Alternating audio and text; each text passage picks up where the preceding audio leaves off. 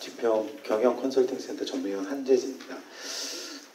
방혜경 박사님께서 공급망 안정화에 대해서 굉장히 심도 있게 말씀해 주셔서 이제 그 부분에 대해서 뒷부분에 아까 말씀하신 그 도표랑 연결을 계속 앉아서 연결을 지었는데 저도 스스로 좀 해법을 찾은 것 같습니다. 그러니까 좀 뒷변에 보시면 알겠지만 이제 우리 기업들이 어느 부분에서 지금 문제가 있는지를 좀 저도 분석하다 보니까 중하류 부분이라고 아까 말씀하신 것처럼 그러니까 결국은 중간재라고 좀 생각합니다. 그래서 그 중간재 부분을 이제 우리가 이제 좀 이따 나오겠지만 그 부분에 있어서 우리가 어떻게 참여할지 기업들이 어떻게 경쟁력을 높일 수 있을지 그 부분에 대해서 좀 고민을 해야 될 것 같습니다. 일단은 저는 이제 공급망 패러다임 변화와 국내 기업의 대응 이런 주제로 산업 측면에서 들여다보려고 합니다. 앞서서는 이제 전반적인 말씀을 하셨다면 약간은 좀 어려울 수도 있지만 산업 측면에서 좀 경제적으로 좀 살펴보려고 합니다. 발표 순서는 글로벌 공급망 패러다임 변화를 좀 알아보고 공급망 구조와 취약점을 통해서 국내 기업의 대응 방안에 대해서 어떤 제시하는 방법으로 좀 풀어나갈까 생각하는데요.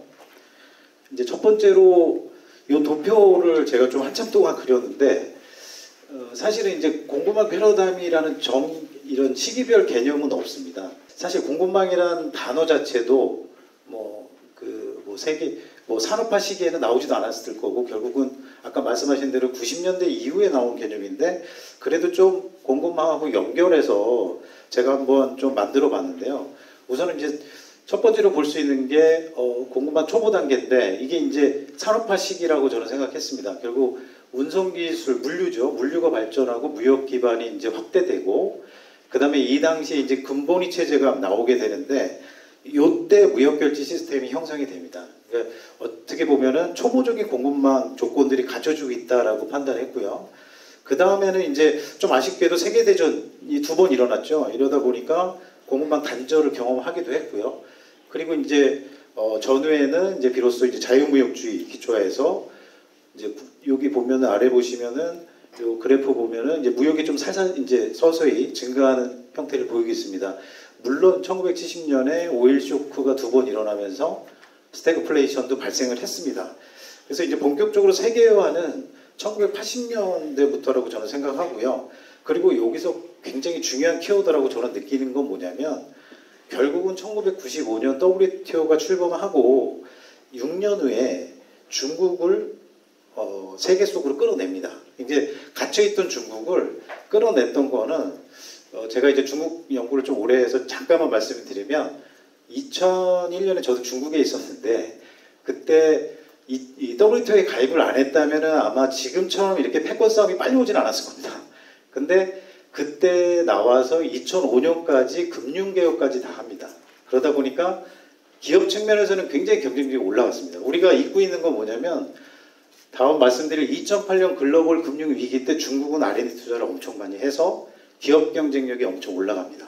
그러니까 거기서부터 이제 패권 싸움을 잉태하고 있다라고 저는 생각하는 게 결국 지금 이런 출발은 결국 2001년이다라고 저는 좀 생각하고 있고 그때부터로 봤을 때 우리나라 측면에서 볼 때는 사실은 지금 틈바구니 있긴 한데 이런 2008년 글로벌 금융위기 이후에 공급망이 흔들렸다고 대부분 밖에서는 보고 있는 것 같습니다. 그러다 보니까 이 안을 어떻게 봐야 되냐면은 다 아시겠지만 모리스 창 있잖아요. 그 TSMC 창립자가 최근에 그랬죠. 작년인가요? 2022년에 한 말이 있죠. 자유주의와 자유무역과 세계화는 죽었다. 이제 앞으로 안 올 거다라고 얘기했습니다. 이제 그 의미는 뭐냐면은 그만큼 TSMC도 반도체 산업의 어떤 핵심 어떤 그런 플레이어이긴 하지만 지금의 상황에 대해서 그렇게 만족하지는 않고 있는 것 같습니다. 그래서 이제 가장 큰 문제는 이런 상황이 계속해서 선을 넘을 것 같다는 거고 아까 말씀하신 대로 이게 제 편이냐 어떻게 될지는 잘 모르겠지만 결국 우리 입장에서는 이 반도체를 가지고 어떻게 우리가 GVC 상에서 우위를 가져갈지 그게 가장 문제점으로 보고요. 그냥 제가 간단하게 아래쪽에 이 2가지 그래프가 붙어 있는 건데 아래쪽에 보시면은 여기 글로벌 금융위기 이후부터는 이제 무역이 횡보하는 걸로 그렸습니다. 이제 물론 이게 시간이 지나면 어떻게 변할지 모르겠지만 여기 보시면은 대략 2040년에 이 주기가 끝나지 않을까라고 추측을 했습니다. 근데 이게 왜 그렇게 했냐면은 2050년이 탄소 중립이잖아요. 그러니까 이때까지 계속 싸울 것 같습니다. 제 생각에는. 이거 제 생각입니다. 그래서 이 시기가 탈세계하는 그 다음에는 또 다른 게 기다리고 있다라고 저는 생각해 봤습니다. 그래서 이렇게 미국과 중국이 계속해서 싸우게 되는데 이제 최근에는 EU도 좀 가세를 했습니다. 아까 말씀하신 대로 디리스킹이라든가 리쇼어링 같은 이런 새로운 전략을 내세우면서 중국을 계속 압박하는 걸 동참하고 있는데 이제 문제는 이제 미국은 IPEF 같은 어떤 동맹 협상국을 통해서 어떤 그런 세력을 넓히고 있고 그 다음에 중국 같은 경우는 RCEP으로 좀 대응하는 경향이 있는 것 같습니다. 물론 이제 여기 보면은 그런 채널에 들어가 있는 국가들이 우리를 포함해서 요 국가들입니다. 이러다 보니까 이 국가들이 틈바구니에서 이 사이에서 약간 투트랙으로 대응을 하고 있는데 이게 사실은 제가 볼 때는 굉장히 잘하고 있는 형태고 오른쪽 보시면은 반도체나 2차 전지 그러니까 어떻게 보면은 공급망의 핵심 어떤 전략 산업이라고 할 수 있는데 이것도 출발은 제 생각은 맨 아래 보시면은 중국 제조 2025부터 시작된 겁니다. 2015년에 중국이 나 2025년까지 어떻게 할래라고 딱 발표를 하고 시작하는데 그러다 보니까 미국 입장에서는 상당히 좀 언짢았습니다. 뭔 자신감이지? 뭐 이런 생각을 했을 건데 이게 사실 중국 제조 2025가 2018년 미중 이제 무역 전쟁이 터지면서 쏙 들어가긴 했습니다.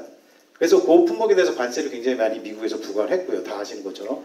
그래서 중국도 보복 관세도 하고 계속 그때부터 싸우기 시작했는데 요게 이제 계속 발전하다 보니까 최근에는 어떠냐면은 왼쪽 그래프를 보시면 뭐 과잉 생산 보조금 기사 많이 보시죠. 최근에. 이게 뭐 10년 전부터 나왔던 얘기인데 예전에는 그냥 말만 했습니다. 근데 지금은 관세를 때렸습니다. 미국에서 관세를 부과할 정도로 굉장히 이제 대응이 빨라졌고요. 그 다음에 또 하나가 레거시 반도체. 28 나노죠. 나노 이상이 되는 그 범용 반도체는 우리 삼성도 있으니까 어떻게 반도체 법에 따라서 우리도 좀 용인을 해달라고 했었는데 사실 이제부터는 이것도 제재한다고 하잖아요. 그러니까 이런 부분에서 볼 때는 미국과 EU가 좀 조급해지고 있다라고 저는 좀 생각을 해봤습니다.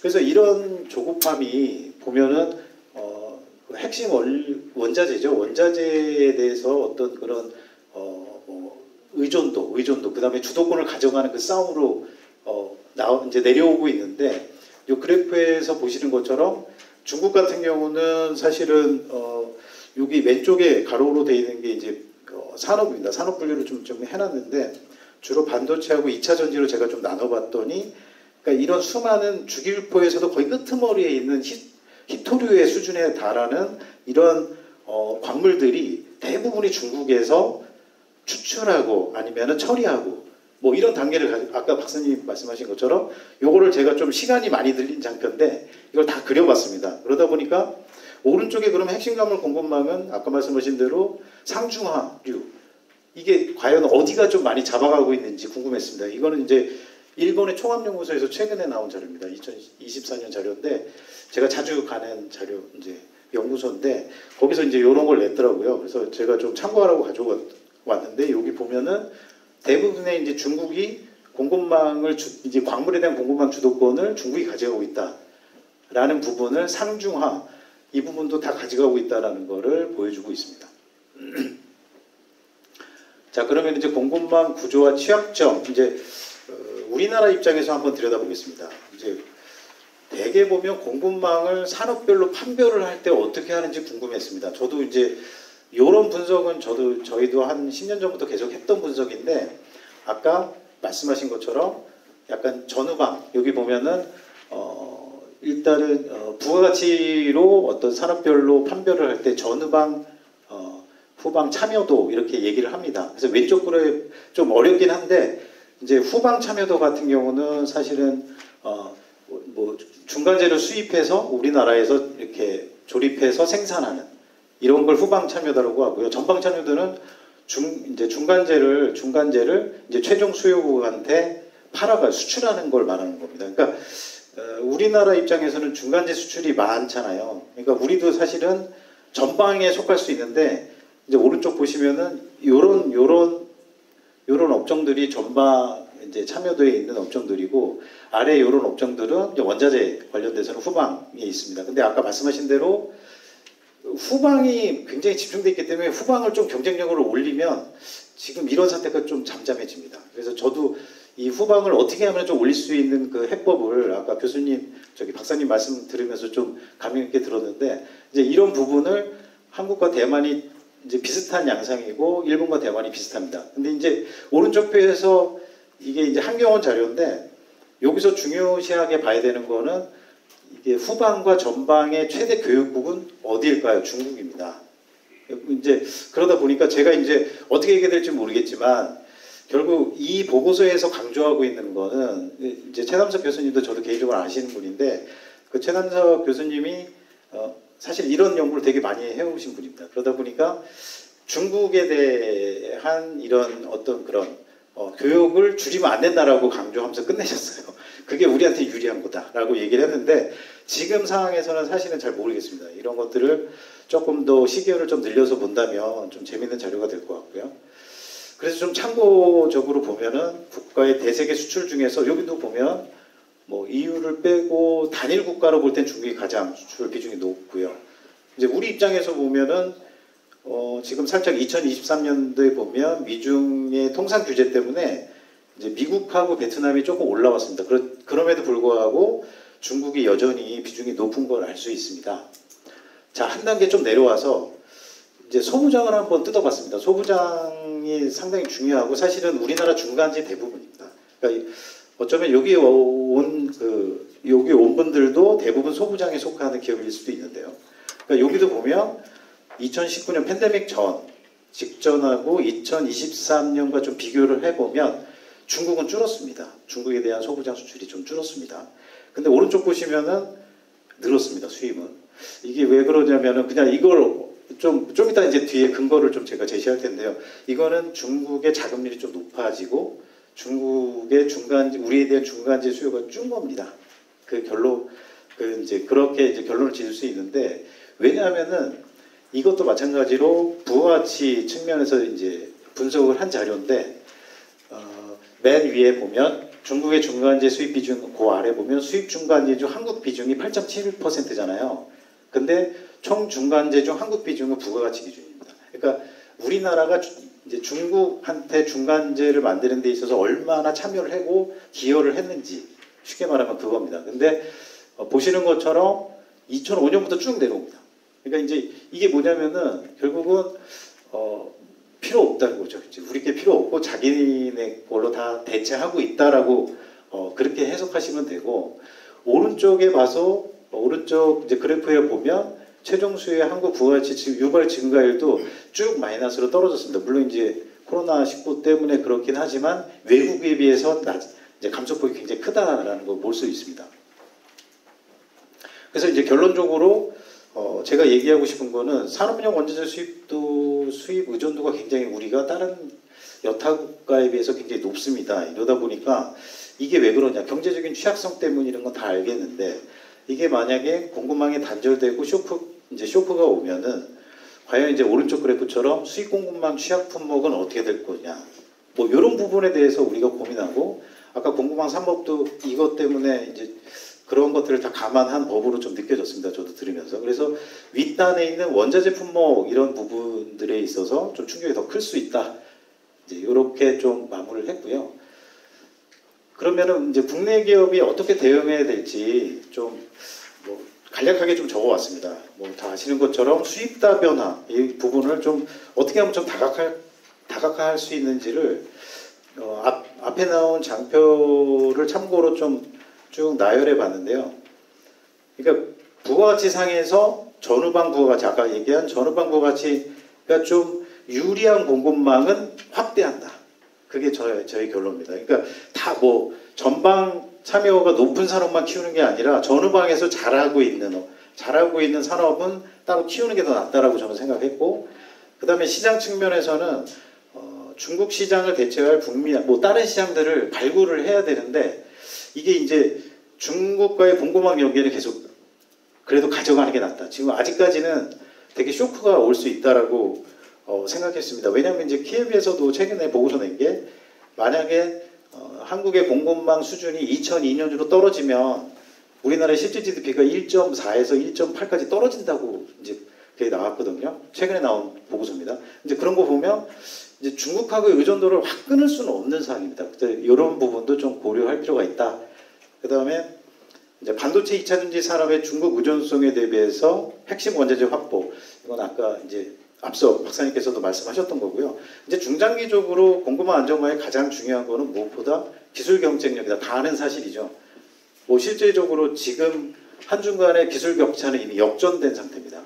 그러니까 대부분 다 사람들이 모르고 있는데 저도 한 10년간 이 연구를 했던 것 같은데 역전이 된 상태입니다. 그래서 물론 이제 역전이 안 된 산업도 있지만 첨단 산업 대부분이 다 중국이 앞서가 있는 상황이고 그렇기 때문에 이런 부가가치 우위 경쟁을 위해서는 어떻게든 우리도 좀 고생을 그 기술 확보 이런 부분은 좀 노력을 해야 된다는 거고요.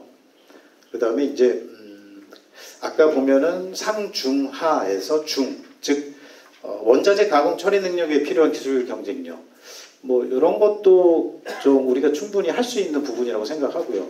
최근에 기사도 많이 나오고 있는 것 같고요. 그 다음에 이제 공급망 급변에 있는 우리의 GVC상의 높은 산업이 중국의 자금률이 높아지기 때문에 이런 부분에 대해서 이제 기술력 방어도 중요하다라고 좀 생각을 해봤습니다.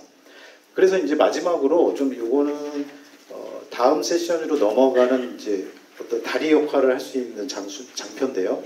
그러니까 이게 저희가 이제 예를 들어서 이제 가장 공급망의 핵심적인 우리나라 입장에서 대표적인 산업이죠. 반도체, 자동차, 2차 전지를 가지고 한번 그 비카인드라는 어떤 미디어 조사를 통해서 한번 분석을 해봤습니다.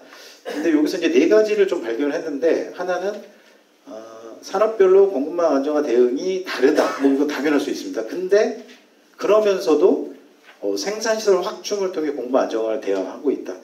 이거는 이제 외투, 그러니까 뭐 미국으로 공장을 뭐 반도체나 이런 업체들 또 배터리 업체들은 유럽 뭐 이렇게 많이 들어가고 있잖아요. 그 부분을 반영하고 있는데 아래 두 가지가 조금 좀 주목할 만합니다. 왜냐하면은 반도체 2차 전지 산업은 기술 개발을 통해서 안정화를 취하고 있고 자동차 산업은 수입 다변화로 전략하고 있다라는 부분입니다. 그러니까 제가 이제 이 부분을 보고 좀 느꼈던 거는 결국 모든 굉장히 많은 여기 이제 다른 업종에 계신 분도 오셨을 텐데 각각의 차별적인 설계가 필요하다는 겁니다. 이게 그냥 무조건 뭐 반도체가 하니까 그 따라가는 게 아니라 이 서플라이 체인 자체를 내 업종에서는 이렇게 가는 게 맞다라는 거를 저희도 뭐 총체적으로 좀 고민해서 저희 센터에서 그런 이제 디자인을 지금 하고 있어서 그 부분을 이제 세션 2에서 좀 말씀을 자세히 드릴 것 같습니다.